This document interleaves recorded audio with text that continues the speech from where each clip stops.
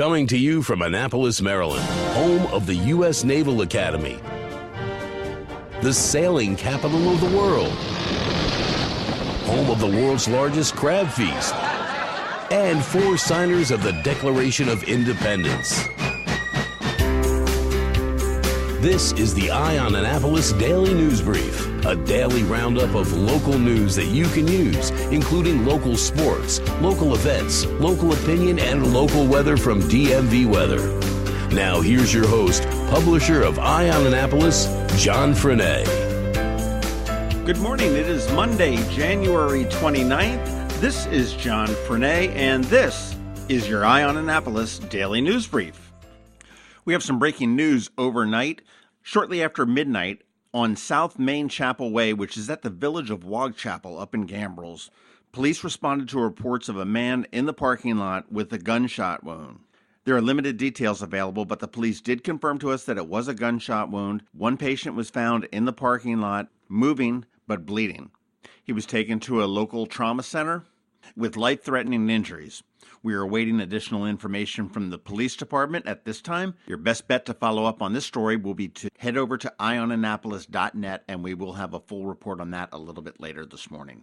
This past weekend, thousands of Marylanders were once again freezing for a reason at Sandy Point State Park as they jumped in the bay for the 2018 Maryland State Police Polar Bear Plunge. The plunge, of course, raises money for Special Olympics of Maryland, and to date, they have raised $2,413,913 of a $2.5 million goal. However, any walk-up money that was deposited the day of the event has not been factored into that. And you still can contribute by going to plungemd.org. Annapolis Mayor Gavin Buckley is planning to nominate a former associate attorney from Montgomery County to head the city's Office of Law. It's expected that he'll introduce Richard Melnick to the City Council on the February 12th meeting. And Melnick was an assistant county attorney and an associate county attorney for Montgomery County since 1995 with extensive experience in contract, commercial, community association, condemnation, constitutional, construction, corporate, all those different types of laws that we really need here for the city of Annapolis. The Annapolis City Attorney position has sort of been in turmoil for the last 4 years. It started when Mayor Mike Panelides nominated Tim Murnane, who jumped in to offer advice to Panelides' cousin, who was charged in an attempted murder case. He was never confirmed. Mike Leahy came in, was confirmed, and then he quit, and then he came back, and then he quit again. They've had a number of acting attorneys, so it'll be good to get an attorney here that will stay. And this one looks like he's outstandingly qualified.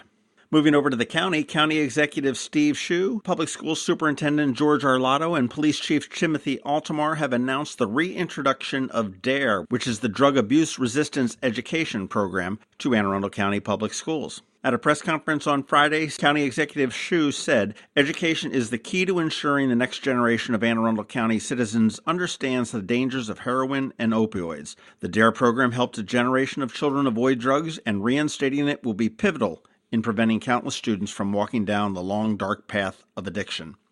The program will start with students at Annapolis, Corcoran, and Lindale Middle Schools and will be taught by specially trained officers. Now, DARE vehicles are typically very customized. They have a custom graphic that helps drive interest as it drives around the town. Local multimedia journalist Pete ONeill was looking for a way to get a new design, and he came up with a contest. The winning design was created by a group of children from the Boys and Girls Club of Freetown Village, and the vehicle was wrapped with that design, and that wrap was donated by Shannon Baum Signs and Graphics out of Eldersburg. So look for this really cool DARE car around town. And if you want to get a glimpse of it, you can head on over to eyeonannapolis.net. We've got pictures of it right up there as well. The Capitol had an interesting article on Sunday. There is a professor at Anne Arundel County Community College that is looking to bring a credit-bearing cannabis program to the school. 3 years ago, Professor Shad Ewert launched a course on the emerging business of medical marijuana at Anne Arundel Community College, and now he says there is a demand for skilled entry-level workers to help grow, process, and sell cannabis. Makes sense to me. To meet that demand, Ewert is proposing a credit-bearing certificate program at the college to train students for entry-level jobs in the medical cannabis industry. Tony Toskoff, who is the founder of the Greenpoint Wellness in Linthicum, said there is certainly a need for the program, and he told the Capitol, "There's always a need for people to be educated in a new industry, whether it's engineering, working at a restaurant, and especially in this industry. It's new to Maryland." Ewart has a bunch of hoops to jump through before it actually becomes a reality. He does have approval from the Dean of the School of Business and Law to hold an industry focus group in the next 4 to 6 weeks. And during that time, he's going to figure out exactly what employers are looking for and hopefully deliver the graduates to them. The Washington Auto Show was this past weekend, and boy, the focus on this year's auto shows is autonomous technology, self-driving vehicles, and any kind of operation that does not involve you actively operating something. Boston-based Kia Technologies is working with Driver Alcohol Detection System for Safety, or DAADS, program to come up with a passive way to keep drunk drivers off of the road, and they're testing 2 different systems. One would be a breath-based system with sensors inside the car that would measure your breath when you exhale to calculate the alcohol concentration. Now, this isn't like the ignition interlock system. It will allow your car to start, but it will not allow it to go into gear. And it is completely passive. You just have to continue to breathe. The other would be outfitted into the push-to-start buttons that most cars are coming equipped with today, and it would use infrared technology to measure your blood alcohol content as you hit the button with your finger. Bud Zauk, the president and CEO of Kia Technologies, said, out of the 2, the breath-based technology is much more developed, but it also comes with more hurdles. For instance, what happens if you have the windows down? What if the driver is sober but the passengers are drunk? Temperature and altitude fluctuations could also impact the technology as well. He denied hoping for any kind of a government mandate or intervention, and he says that the target market initially is going to be fleet purchasers, such as bus limos, companies that issue cars to employees, and, logically, parents of young drivers. Testing of the technology is going to begin this year. Still a long way to go, but kind of cool, keeping the roads a little bit safer for everybody. Speaking about keeping roads safe, I heard there is a chance for some snow in the forecast, and lucky for you, we've got George Young from DMV Weather with your local Annapolis weather forecast. And of course, we've got Kevin Chaney from ShellBackSports with your local sports. I'm Sean ONeill, your local RBC Wealth Management Advisor. More than likely, the primary reason you save and invest is to achieve your life goals while ensuring your long-term financial well-being. But before you can determine your preparedness towards your goals, you need long-term answers to important questions about how much money you need, where it will come from, and how long it will last. RBC Wealth Plan, a new industry-leading tool, is now available to help answer these questions and develop your personal plan using a conversational approach. With RBC Wealth Plan, we can create a personal analysis based on these unique goals while offering you the ability to weigh certain decisions and determine what's best for you and your family. Call me, Sean ONeill, today at 410-573-6723 for a complimentary consultation. RBC Wealth Management, a division of RBC Capital Markets, LLC. Member NYSE, FINRA, and SIPC. This is Maryland. The weather can be nearly unpredictable. We've got George Young from DMV Weather in Annapolis to sort it all out. Hey everyone, this is George from DMV Weather with your Eye on Annapolis forecast for Monday, January 29th. Get ready for an active week of weather ahead, starting with tonight and tomorrow morning. First today, highs will be in the mid to upper 40s in and around Annapolis with a ton of clouds in the skies above, and we could even see a scattered rain or snow shower during the day, but it shouldn't be anything of consequence. Then tonight into tomorrow morning, we'll get yet another dose of very light snow, primarily an inch or less across all of Arundel County. But as we've seen a few times already this year, that could equate to big school delays or even closings on Tuesday morning, especially given the timing of the snow, which is very much right around the morning rush hour for commutes to school and work. So stay tuned for updates later tonight into tomorrow on this light snow. From there, it'll stay cold Wednesday in the 30s, and then warm up a bit Thursday into the 45 to 50 degree range.